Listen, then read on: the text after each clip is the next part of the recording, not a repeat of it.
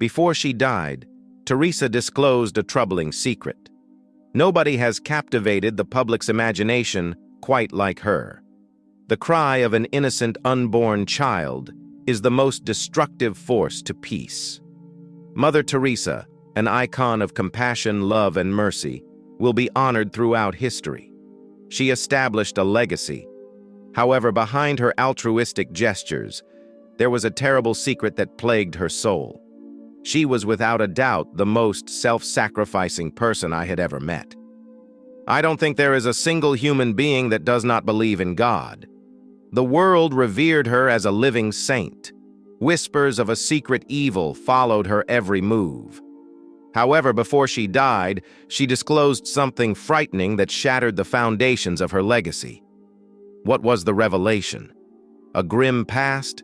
A concealed sin? Or is the reality too powerful to ignore? Join us as we explore Mother Teresa's discoveries. Mother Teresa, also known as Saint Teresa of Calcutta since 2016, has a varied public image. She was well admired for her unselfish charity work, which gained her the renowned Nobel Peace Prize for her efforts to eliminate poverty and hardship, which were deemed dangers to peace. Throughout her life, she has been honored and recognized with countless accolades and honorary titles, regularly ranking among the world's most admired persons. Many Catholics revere her as a saint and seek her intercession. Mother Teresa, on the other hand, received a lot of criticism as a result of her award. Some have expressed worry regarding the quality of medical care given by her organization. There were allegations that some deathbed baptisms were forced conversions, and she was accused of links to colonialism, bigotry, and questionable public personalities. However, she never said anything. However, before she died, she broke her silence and disclosed a horrifying secret. Mother Teresa's trip to India began on August 26, 1910, when she was born under the Namanis Gungsa Boyishu in Skopje, Ottoman Empire. She was baptized the day after her birth in Skopje, and later recognized August 27th to be her actual birthday. Mother Teresa was Nicole and Dranafil Bujaksu's youngest daughter. Her father, who was prominent in Albanian community politics, died in 1919 when she was 8 years old. In her early years, she became fascinated by the stories of missionaries and their selfless work in Angol. By the age of 12, she had resolved to devote herself to convent life. This unyielding conviction was only increased on the fortunate day of August 15, 1928, when he prayed at the holy shrine of the Black Madonna in Letnis, a spot he visited on pilgrimages. In 1928, at the age of 18, she left her home and set out to join the Sisters of Loreto at the Loreto Monastery in Rathfarnham, Ireland. Her goal was to learn English because it was the language of teaching for the Sisters of Loreto in India, where she hoped to become a missionary. Unfortunately, she never saw her mother or sister again, since her family resided in Skopje until 1934 before relocating to Tirana. In 1929, she came in India and began her novitiate in the tranquil city of Darjeeling, nestled among the spectacular low mountains of the Himalayas. He learnt Bengali there and began teaching at St. Teresa's School, which was near his convent. On May 24, 1931, she made her first religious vows, inspired by the patron saint of missionaries, Thérèse of Lisieux, and chose the name Thérèse. However, because another sister in the monastery had already selected this name, she chose to honor it by using the Spanish spelling. Number 3, Mother Teresa's missionary call was realized when she accepted her solemn vows on May 14, 1937, while serving as a teacher at the Loreto Convent School in Mentally, east of Calcutta, and accepting the title Mother in accordance with Loreto tradition. She devoted over 2 decades to the school and was named principal in 1944. Mother Teresa enjoyed teaching but was increasingly concerned by Kolkata's poverty. What concerned her was that, despite being a missionary, she did not feel at ease. The Ben the Angol famine in 1943 and the violence on Direct Action Day in August 1946 fueled her passion to assist those in need. During a train ride to Darjeeling in 1946, Mother Teresa felt a strong inner desire to serve the underprivileged of India for Jesus. She asked and received permission to leave school. She founded the Missionaries of Charity in 1950, and the order's uniform is a white sari with 2 blue borders. If you enjoy our content and want to support us, click on the Super Thanks button below. Your Super Thanks is not just a donation, it is a blessing that supports our mission to share the transformative journey of Jesus. Teresa had a significant encounter on September 10, 1946, which she later described as the call within the call.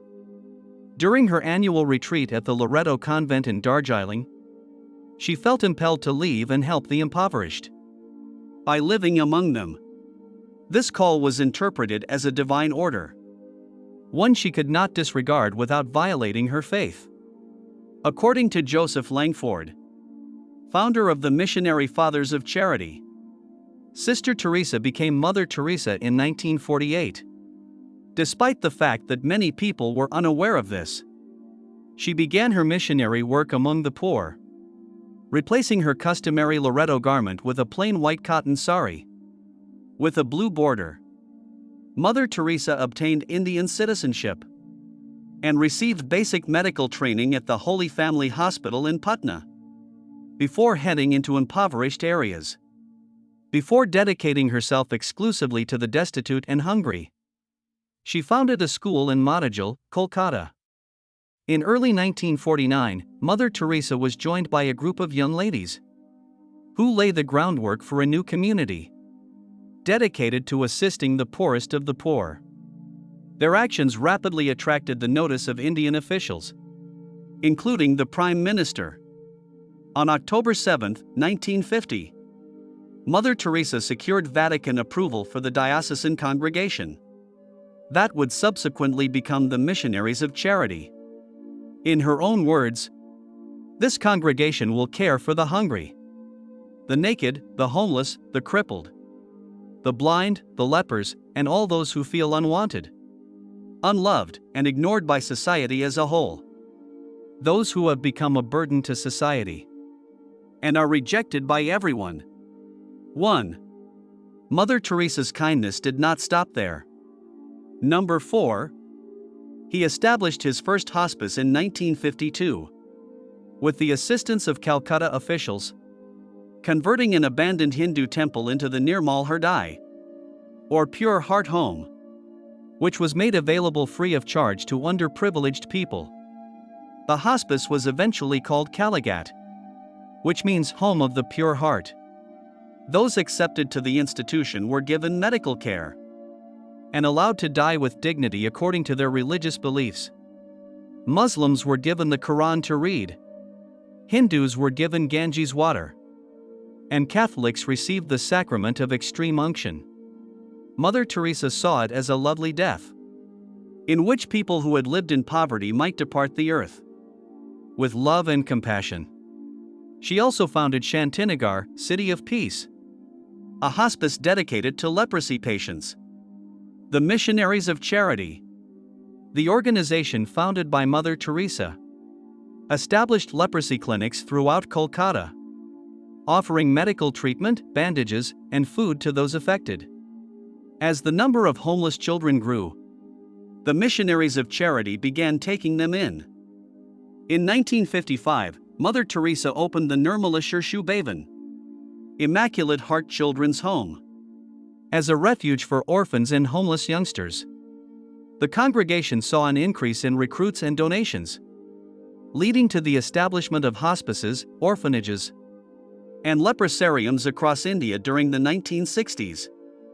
Mother Teresa then expanded the congregation's reach internationally, opening a house in Venezuela in 1965 with 5 members. Later, houses were established in Rome, Italy, Tanzania, and Austria in 1968.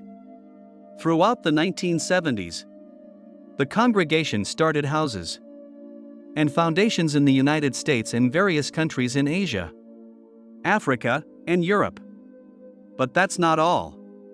The Brothers of the Missionaries of Charity were established in 1963, followed by a contemplative branch of the Sisters in 1976.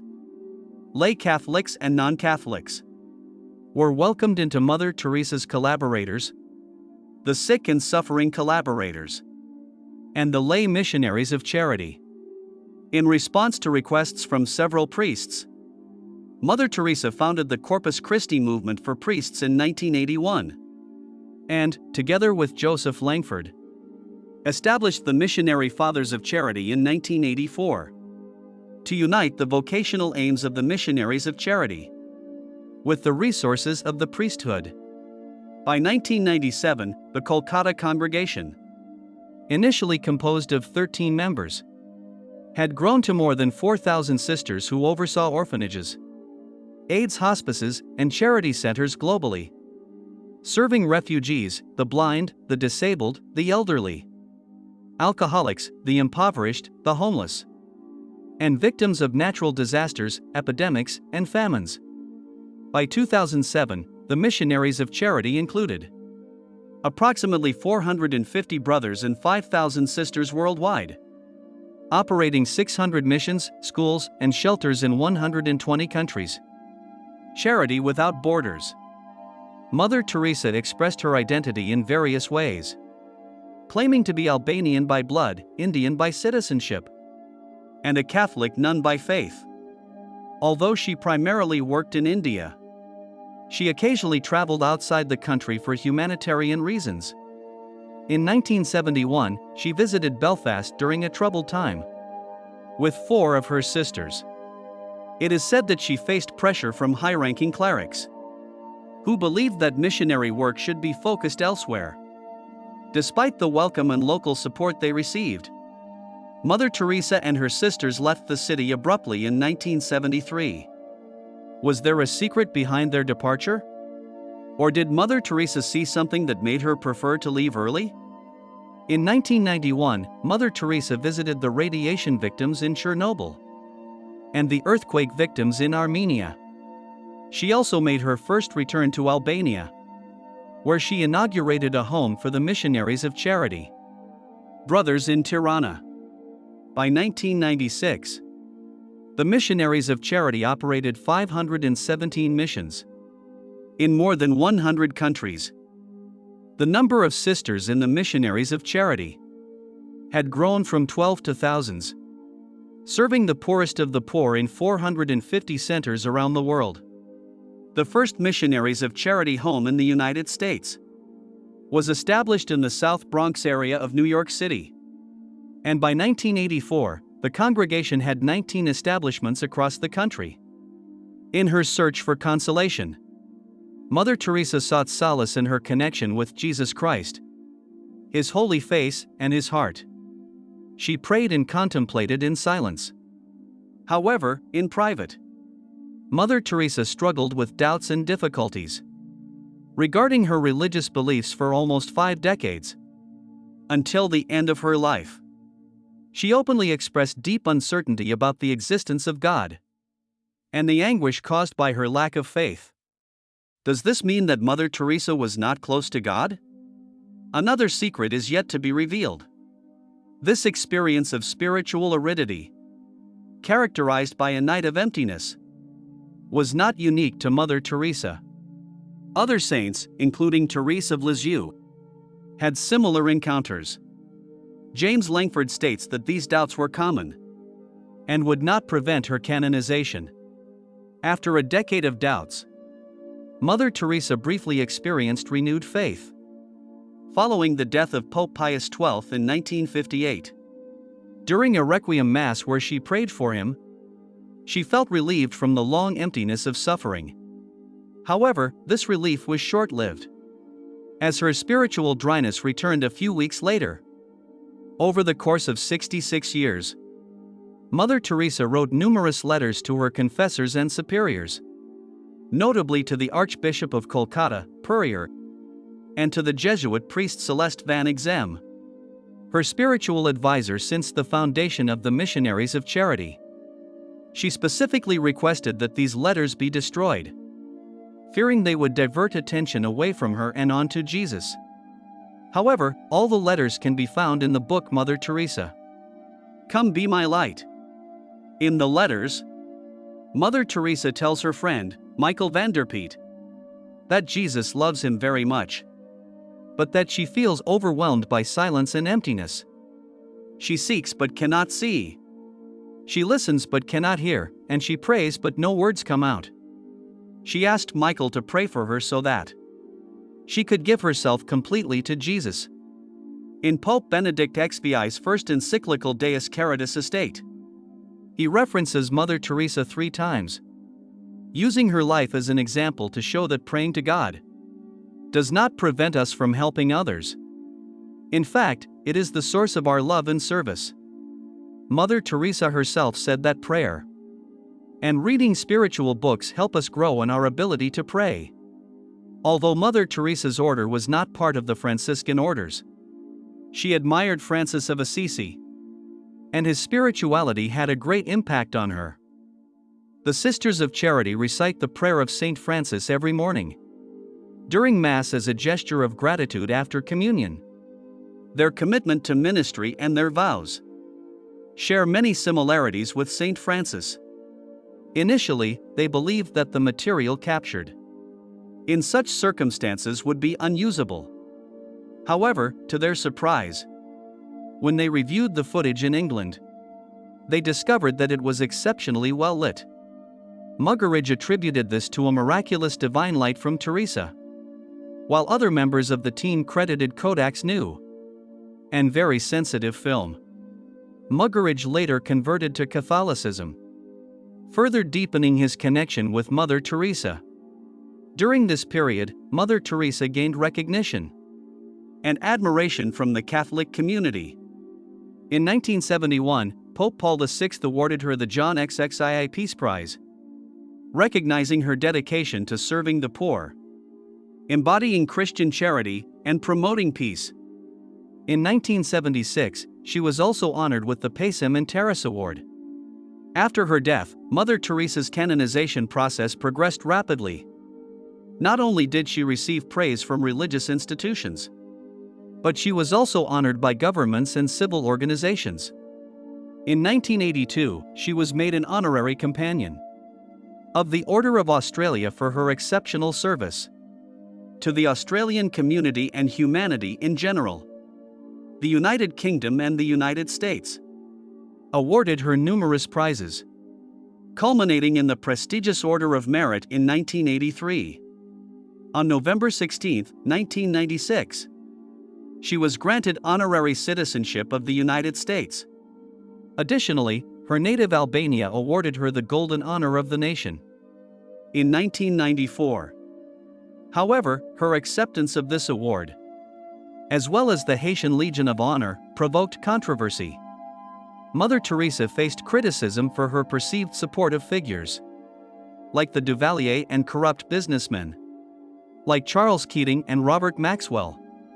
She even wrote a letter to the judge overseeing Keating's trial, asking for leniency. Mother Teresa was honored with honorary degrees from universities in India and the West.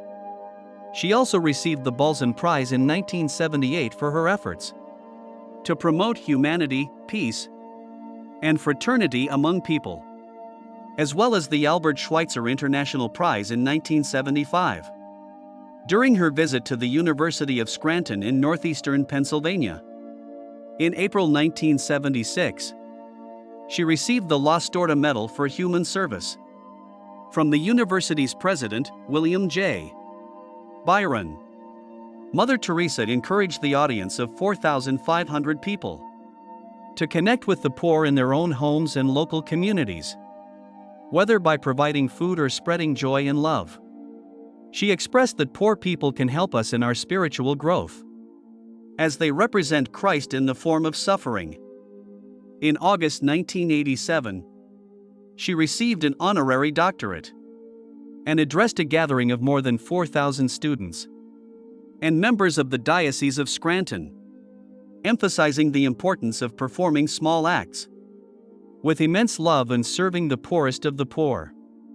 Throughout her life, Mother Teresa was consistently ranked among the top 10 most admired women in Gallup's annual survey of the most admired people, holding the top spot several times during the 1980s and 1990s. In 1999, she was recognized as the most widely admired person of the 20th century, according to Gallup's list, beating all other competitors by a significant margin.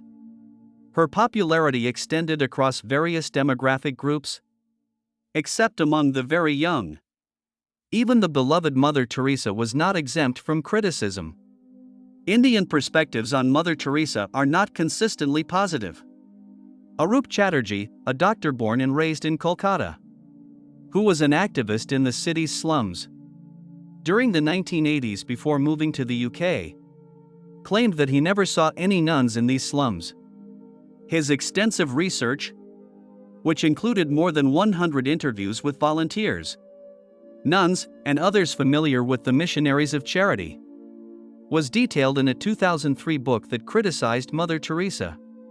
Chatterjee accused her of promoting a cult of suffering, presenting a distorted and negative image of Calcutta, exaggerating the achievements of her mission, and diverting funds and privileges available to her. He noted that some of the hygiene problems she highlighted, such as the reuse of needles, showed improvements after Mother Teresa's death in 1997. During his tenure as mayor of Calcutta from 2005 to 2010, Bikash Ranjan Bhattacharya expressed his belief that Mother Teresa did not have a significant impact on the city's poor population. He criticized her for allegedly glorifying disease instead of providing proper treatment, and for depicting Calcutta as a city full of lepers and beggars. Despite these differences, the Bharatiya Janata Party, BJP, a right-wing Hindu political party, clashed with Mother Teresa over her support for Christian Dalits, but praised her after her death, and even sent a representative to her funeral. The Vishva Hindu Parishad, however, opposed the government's decision to grant her a state funeral. General Secretary Giriraj Kishore claimed that her main loyalty was to the church and that her social work was secondary, accusing her of showing partiality towards Christians and taking part in covert baptisms of the terminally ill. In a tribute featured on the cover of the Indian Fortnightly Frontline, the accusations were refuted as clearly false, and it was mentioned that they had no impact on the general perception of her contributions, particularly in Kolkata. The tribute praised her altruistic compassion, vigor, and courage. The author criticized Mother Teresa's public stance against abortion and her claim to be apolitical. In February 2015, Mohan Bhagwat, leader of the right-wing Hindu organization Rashtriya Swayamsevak Sangh (RSS), made a statement suggesting that Mother Teresa's intention was to convert the people she served to Christianity. Mother Teresa's death. Mother Teresa suffered a heart attack in Rome in 1983 while visiting Pope John Paul II. After a second attack in 1989, she was implanted with a pacemaker. In 1991, after contracting pneumonia in Mexico, she experienced further heart problems. Despite offering to resign as head of the Missionaries of Charity, the Sisters of the congregation voted for her to stay on by secret ballot, and she agreed to continue. In April 1996, Mother Teresa fell and broke her collarbone, and 4 months later, she was diagnosed with malaria and heart failure. Despite undergoing heart surgery, her health continued to deteriorate. The Archbishop of Kolkata, Henry Sebastian de Souza, ordered a priest to perform an exorcism with her consent when she was first hospitalized with heart problems, believing that she might be under spiritual attack. On March 13, 1997, Mother Teresa resigned as head of the Missionaries of Charity. She died on September 5, 1997. Her body was displayed in an open coffin in St. Thomas Church in Kolkata during the week before her funeral.